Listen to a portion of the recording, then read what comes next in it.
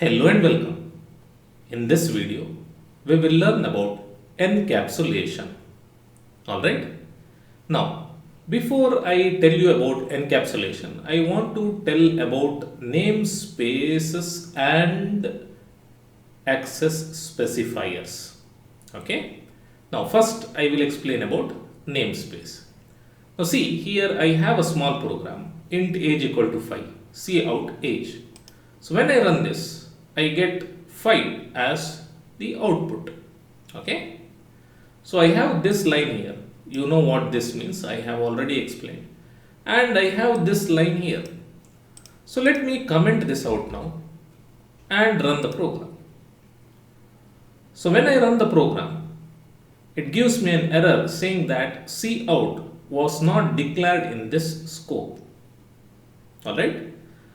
So basically what is happening here is this C++ program is not able to find where the codes of this cout are. Okay. What is cout? What is the function of cout? It has to print something, some data, correct? But there are codes regarding cout. Cout is a function. So where are the codes of cout? The C++ program is not able to find that, and that is why it is giving this error. Alright. So now I am going to remove this. This is using namespace std. Std stands for standard. Okay, standard. Now when we say using namespace std, it is like saying to the C++ program, if you find something that is not declared in the current scope, go and check std. Okay. Once again, when we type using namespace std, it is like saying to the C++ program, if you find something that is not declared in the current scope, meaning current program, go and check std. Okay. This is because the computer needs to know the code for cout and cin also and others. Alright. And it needs to know which namespace they are defined in. Okay, namespace. Now what is a namespace? Namespaces are regions in a program that are logically separated from the rest. Okay. std is the short form of standard. The standard namespace contains the built-in classes and the declared functions, or in other words the codes of cout, cin and other things. Alright. And this std namespace is inside this. Okay, inside iostream. So when we say hash include iostream and using namespace std, it is like saying to the C++, hello, if you find something that is not declared in this program, go and check in std. Okay. So that is what this is. There is much more to learn about namespace, but I don't think it is required at this stage. Alright. So I hope the concept of this line is clear. So this std contains the codes of cout and cin and many other things too. Okay. So now when I run this, it will run properly. Alright. So that is about namespaces. Now we have to come to the topic of encapsulation. The meaning of encapsulation is to make something hidden from users. Okay. Encapsulation means making something, some data hidden from users. What kind of data do you want to hide from users? Maybe sensitive data, or maybe data that you do not want public to access or modify. Alright. So all these can be done by declaring class variables, which we also called as attributes, as private. Okay. So let us do that. So let me take an example. So here I have this very same table that we have been using till now. But for this example, I'll only consider 26 age. Okay, I want to store only this age inside a class. Alright. So forget about the rest. So let me write a class here. I'll say class, okay, class, and then name of the class. Alright. Now, I had not explained or mentioned about this, but remember that the name of the class should start from capital letter or uppercase. The first letter of the name of the class must be in upper case. Alright. I did not explain it till now. Alright. Yes. Now, here I will say public. Okay. Public. So this is the access specifier. What is it? I'll explain in a moment. Alright. Public, and I will say int age. Alright. Int age. So I want to store only one attribute or variable.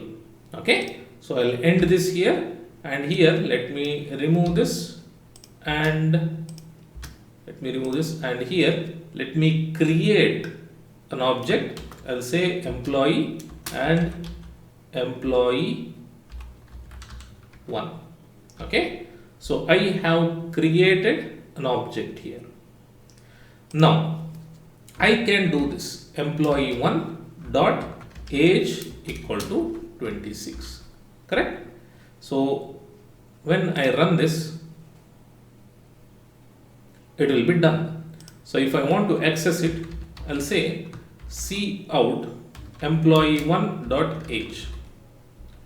Okay. So now when I run this, I get 26. You know that we can pass 26 as an argument and use constructor to store the data. Correct? You know that too. Now see here, we are able to access this attribute or variable which is inside this class from here. Correct? So this is a class, and this age attribute or variable is inside this class, but we are able to access this variable from outside the class. So this is outside the class, correct? Where is the class? Class is here. We can access it from outside. We can print it from outside, or we can access it from outside. So you can access, you can modify the attributes when you declare them to be public. Public means the attribute or variable is accessible from outside the class. Alright? If you want others to read or modify the value from outside the class, declare them as public. If not, then you have to declare it as private. Okay, private. Now see, I have declared int age as private, meaning I will not be able to assign a value like this, and I will not be able to print value here. So let me run this and show it to you. So you can see that employee age is private within this context. So we are not able to access the value from here because it is private. Alright? Yes. So now comes the question.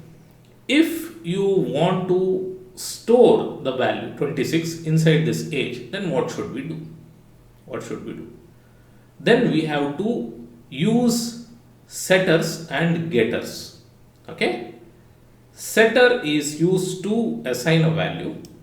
Getter is used to access the value, print the value.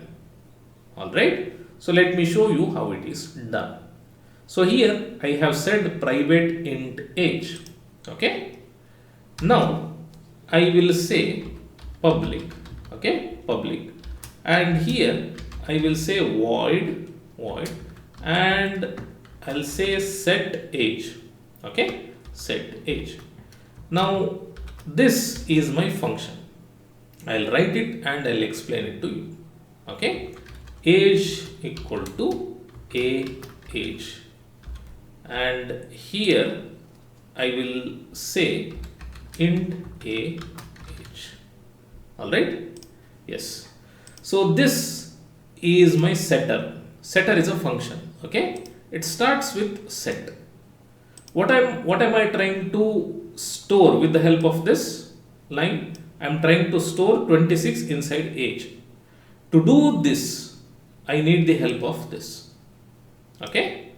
So once again, please watch the video entirely. It may be confusing, so I'm explaining it in a very slow pace, okay. To achieve this, we need this.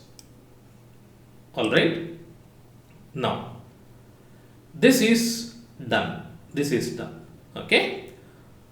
Instead of typing like this, okay, what we have to do is, let me comment this out too. All right.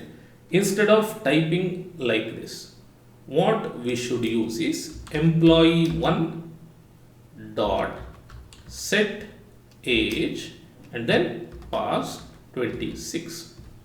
All right, 26.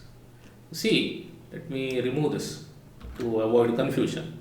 So instead of assigning a value like this, we have to assign a value like this. Now what are we doing? We are calling this function. What is this function? This is a function here. What is a function? Function is a method in class, okay. I may use it interchangeably, but do not get confused. So this is a function, this is a method, correct. So what does this method do? It takes this argument and sets it to age, or whatever we send to this gets stored in age, okay. And that is what we are doing here. When I say employee1, it means object dot set age. We are calling this function. See, this function is public, meaning we can access it from outside. So I'm calling this function and I'm passing 26. So 26 goes to age, and I have said age equal to age here. So the value 26 will be stored in age. All right. Now see, this age is private. Even if this is private, this can be accessed by any function which is inside the same class. So this is a class, employee class. Inside this class, we can access the variable or attribute, if you want to call it as that, okay. So when I say age equal to age, even though it is private, this is inside the same class, and so we can achieve this. All right. So when this is called, the value 26 will be stored in age. All right. So whatever we did with this, we are now doing using this. All right. Now let me try to print it out. I'll use this line. Okay. I'll use this line now. Let me run this. And you can see I am not able to print it out because this age is private and I cannot access it like this from outside the function. So we need some alternative for this line too, so that we can print it out. For that, we use something called as getter. Okay. So this is called as setter. Okay, this is called as setter, and what we need is getter. All right, getter. Now what is a getter? Getter is once more a function. Okay, a function. So what is stored in this? An integer value. So what do we want to print? What are we expecting the result of this 26, an integer value, correct? So the return type of getter will be int, and this is the name of the function or method. It should start from get. What are we trying to get? Age. Here set. What are we trying to set? Age. Alright? Yes. So here, what do we want to return? We want to return age. Okay, we want to return age. So we have written our function here. We have written our function here, which is to return the value of age. And since this is inside the class, this can access the value that is stored in age. Alright. Now coming back to this. So instead of using this line, if we want to print the value 26, then what should we do? We have to say cout and employee1 dot get age and end like this. We are not passing anything. Alright. So let me run this and explain it to you in detail. So we get 26 as a result. Alright. Yes. So what is happening here? You know this, correct? 26 is being passed to this function and it is being stored in age. Alright. Next, what does this function do? It just returns whatever is stored in this variable age. So what is stored in it? 26. So 26 will be returned when this function runs. So that is what we are doing here. We are saying cout employee1 is our object dot get age. We are calling this function without passing any parameters or arguments. Okay. So when you call this function, age value will be returned to this, and that is what we are trying to print out. Alright, and that is why we are getting 26. So if you change this 88, then 88 will be stored in age and 88 will be retrieved using this function. Alright. So if you make a variable attribute private, then you need to use getters and setters to assign values and to access, to print out the values. Alright.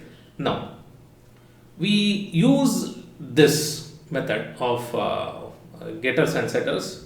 We set the values as private to increase security. Alright. And at this stage, if I explain more about this, it will further confuse you. So I won't do that. You will discover the potential of this as you progress through your journey in an office. Okay. Now that's it for this video. In the next video, I'll take an example and explain you how the getters and setters are used to write a meaningful program. Okay. So I'll see you in the next video. Till then, go ahead and practice the things that we have learned in this video. Alright.